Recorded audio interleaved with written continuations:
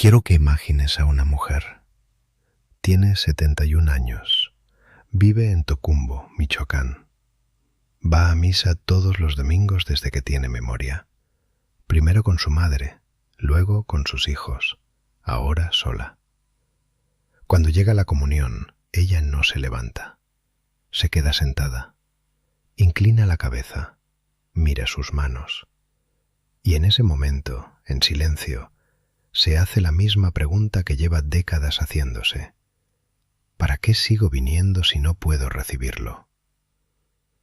Si tú te reconociste en esa imagen, si alguna vez te has sentado en esa banca y has mirado tus manos de esa manera, esta conversación es para ti. Y lo que vas a escuchar hoy puede que contradiga lo que te dijeron. No porque la iglesia haya cambiado, sino porque probablemente nunca te dijeron todo. Me llamo el padre Mateo Salcedo Ríos. Llevo 38 años en el ministerio en la diócesis de Morelia. Y en estos 38 años he acompañado a cientos de personas en situaciones como la tuya. Personas que vinieron a mi despacho convencidas de que Dios les había cerrado la puerta. Personas que salieron de esa conversación entendiendo que la puerta nunca estuvo cerrada, sino que nadie les había dicho dónde estaba la llave. Hoy te voy a dar esa llave. Pero antes de empezar, quiero presentarte a alguien. Hace unos meses vino a buscarme una mujer. Le voy a llamar Doña Esperanza, porque ese nombre le queda mejor que el suyo. 71 años, manos grandes para una mujer de su tamaño, manos de quien crió hijos sola muchos años. En el cuello, un rosario de madera oscura que se estaba deshaciendo en los eslabones del centro, de tanto usarlo. Se sentó frente a mí y me dijo algo que nunca voy a olvidar. Padre, yo nunca supe si lo mío de antes contó o no contó. Y ya no le pregunto a nadie porque me da vergüenza que me digan que no conté. Doña Esperanza había estado casada por la iglesia durante 34 años con un buen hombre. Enviudó hace 8 años, pero en su juventud, de eso no hablaba nadie en la familia, había tenido 6 años de unión libre con un hombre que la dejó embarazada y desapareció. Ese hijo ya tiene 49 años, y doña Esperanza llevaba décadas cargando una convicción silenciosa, que ese periodo de su vida significaba que ella nunca había estado completamente limpia ante Dios, ni siquiera después de casarse por la iglesia, ni siquiera después de enviudar, ni siquiera después de medio siglo de misa, rosario y vida entregada.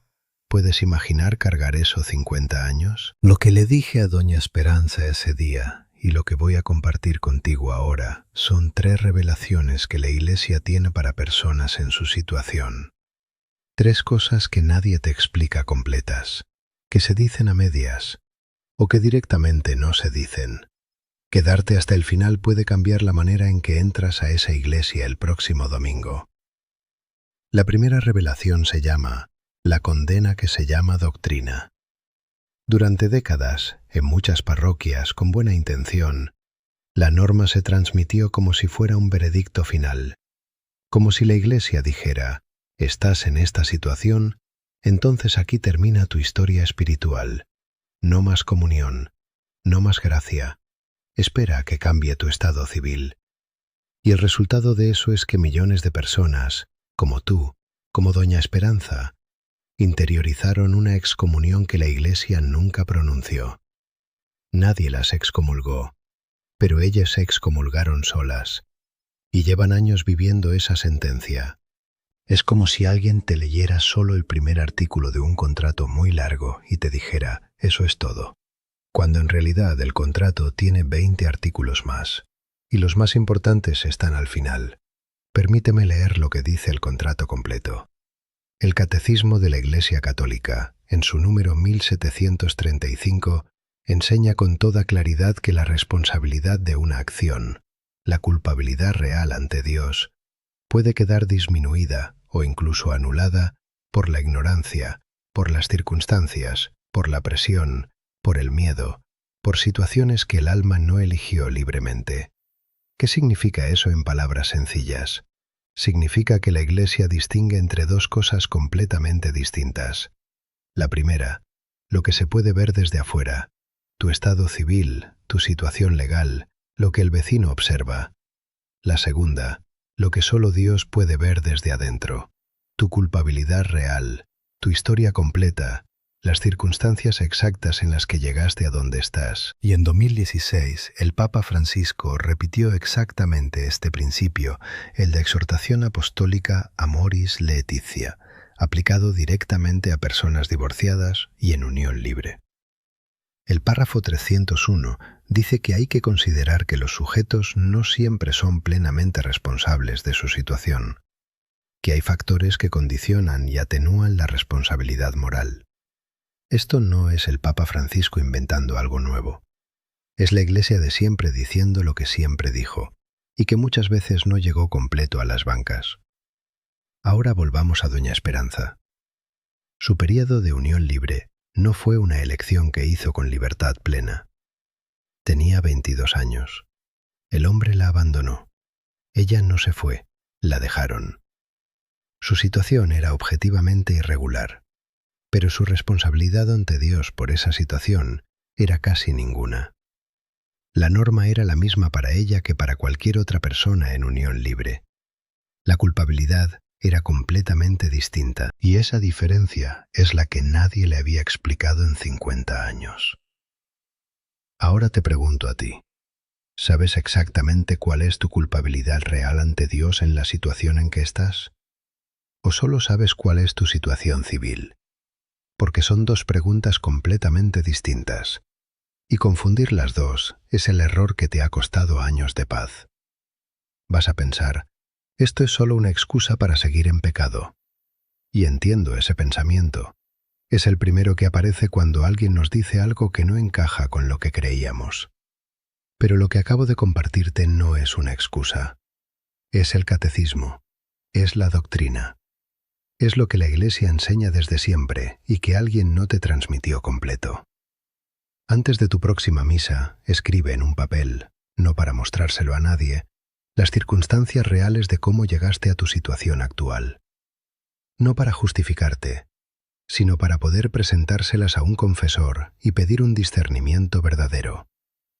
La Iglesia pide discernimiento, no automatismo. Antes de la segunda revelación, necesito contarte algo. Yo tenía 12 años cuando mi tía Remedios se separó de su marido. En Puruarán, en aquella época, eso era casi como morirse en vida para una mujer. Un escándalo que la gente guardaba en voz baja, pero que nunca olvidaba. Ella siguió yendo a misa, siempre sola, siempre en la última banca. Un domingo la vi salir llorando después de la comunión, pero no había pasado al altar. Me quedé pensando en eso todo el camino a casa y nunca me atreví a preguntarle por qué. Años después, ya ordenado sacerdote, me atreví a preguntárselo. Me dijo, Mateo, lloraba porque ese domingo me sentí más cerca de él, ahí sentada, que muchos de los que pasaron. Esa mujer entendió algo que a mí me tardó 20 años poder explicarle a otros. La presencia de Dios no depende de si pasaste o no pasaste al altar. Depende de algo que está completamente en tus manos. Y eso es lo que viene ahora.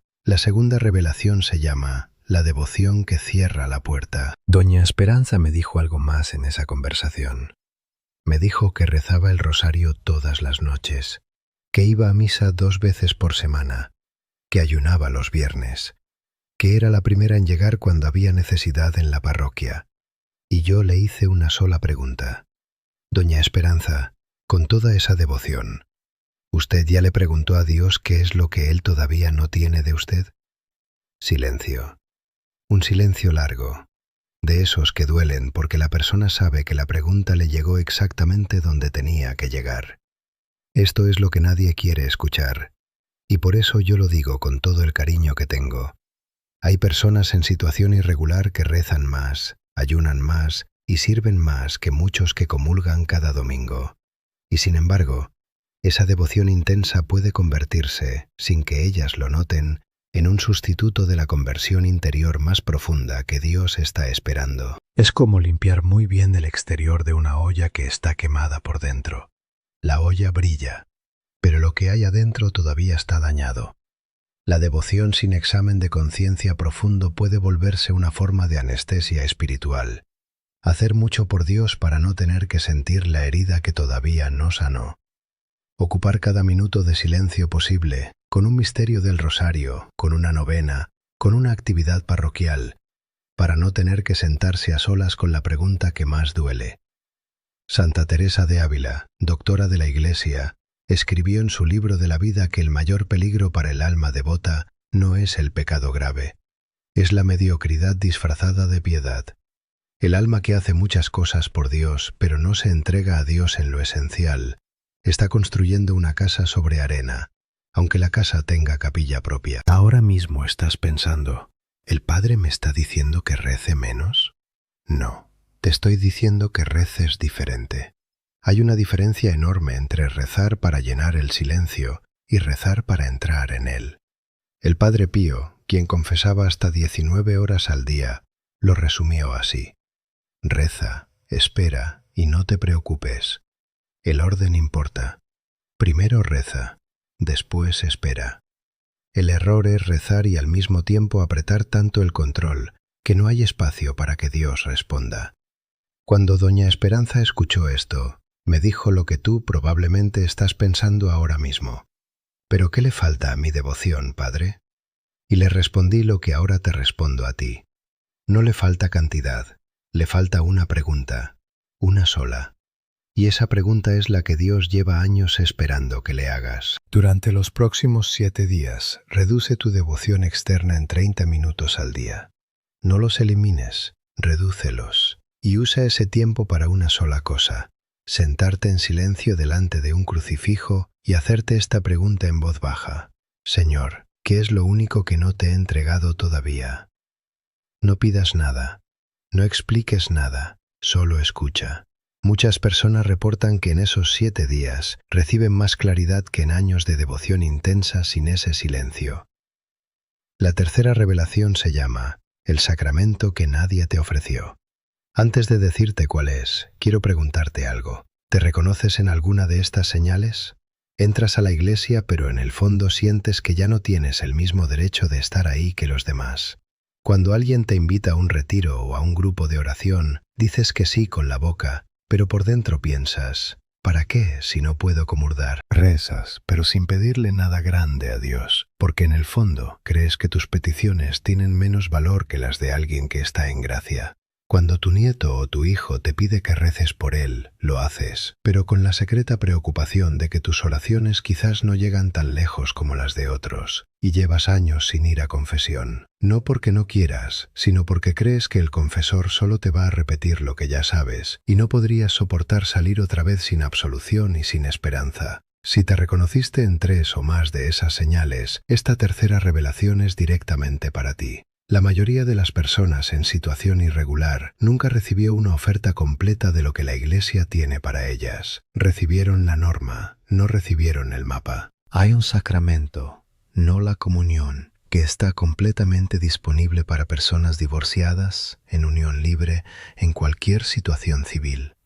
Un sacramento que puede transformar la relación con Dios de manera radical, que no requiere cambiar ninguna situación externa, y que la mayoría de estas personas lleva años evitando por vergüenza o por creer que también está cerrado para ellas.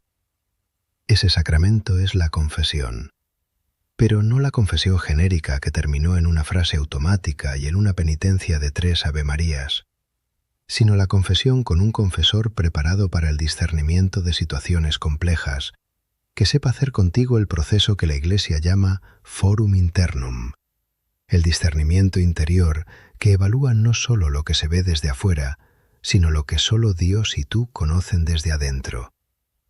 El Papa Francisco dijo algo que llevo años repitiendo: la Iglesia no es una aduana, es la casa del Padre, donde hay lugar para cada uno con su vida cansada. Y el Padre Raniero Cantalamessa, predicador de la Casa Pontificia por más de 40 años, documentó en sus escritos que el mayor obstáculo para la gracia no es la situación objetiva del pecador. Es la convicción del pecador de que ya no merece la gracia. Eso es lo que le pasaba a doña Esperanza. No estaba lejos de Dios porque Dios la hubiera alejado. Estaba lejos porque ella, silenciosamente, llevaba décadas convenciéndose de que no merecía estar cerca. Vas a pensar: ya fui a confesión y no me ayudaron. Y es probable que tengas razón, pero escúchame con atención. No todos los confesores están igualmente preparados para situaciones complejas. No es culpa de ellos, es una realidad de la formación. Lo que nadie te dice es esto: tienes el derecho de buscar otro confesor. El Código de Derecho Canónico, en su canon 991, lo establece explícitamente. El discernimiento no se hace una sola vez con un solo sacerdote. Santa Faustina Kowalska escribió en su Diario de la Divina Misericordia estas palabras: el alma que confía en mi misericordia es más agradable a mí que la que practica grandes austeridades sin confianza. La Iglesia no evalúa primero tu estado civil, evalúa primero tu confianza. Esta semana, llama a la parroquia más cercana y pide una cita con el párroco, no para confesarte todavía, sino para una conversación, y dile exactamente estas palabras: Padre, estoy en una situación irregular y quiero saber qué caminos existen para mí. No lo que no puedo hacer, lo que sí puedo hacer. Si el párroco no conoce la respuesta o solo te repite la norma sin el mapa, tienes el derecho de buscar otro confesor. Eso no es faltarle al respeto, es lo que la Iglesia misma te permite. Doña Esperanza hizo exactamente eso. 3 semanas después encontró un confesor que hizo con ella el discernimiento completo. Recibió la absolución, y al salir de la sacristía, me llamó por teléfono. Y me dijo, me heló la sangre darme cuenta de que llevaba 50 años castigándome por algo que Dios ya había olvidado. Antes de terminar, voy a decirte algo que contradice lo que probablemente escuchaste siempre. Algo que me costó 38 años de ministerio entender completamente. No tiene que ver con tu estado civil. No tiene que ver con si puedes o no puedes comulgar. Tiene que ver con lo único que Dios mira primero cuando te ve entrar a esa iglesia. ¿Sabes qué ve Dios cuando tú, con tu situación irregular, con tus años de vergüenza, con tu rosario gastado, entras por esa puerta? Ve a alguien que sigue volviendo. Eso es todo. Y eso es todo lo que necesita ver. La mujer del Evangelio que perdió su moneda no se quedó paralizada calculando si merecía buscarla. La buscó.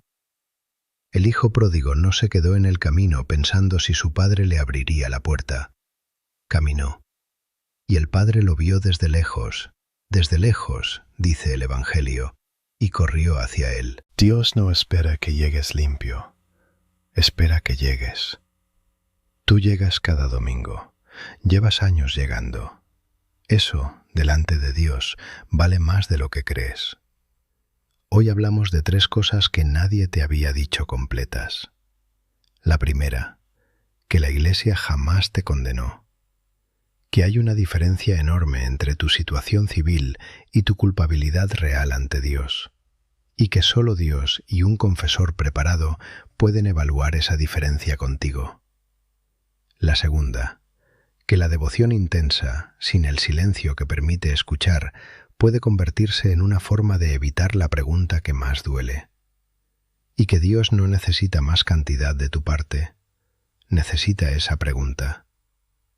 La tercera, que hay un sacramento completamente disponible para ti, ahora, esta semana, sin cambiar nada de tu situación civil, que puede transformar tu relación con Dios de una manera que quizás ya no recuerdas cómo se siente. Y hay algo que une las 3 revelaciones, una sola cosa: la confianza. Dios no mide los años que llevas en una situación irregular, mide los segundos que tardas en volver a confiar en Él. Doña Esperanza lo entendió a los 71 años, con un rosario deshecho en los eslabones del centro, con manos grandes de haber cargado sola lo que no debió cargar sola. Y si ella pudo, tú puedes. Que el Señor te bendiga y te guarde, que su rostro brille sobre ti y te sea propicio, que el Señor vuelva hacia ti su rostro y te conceda la paz. Ve con Dios.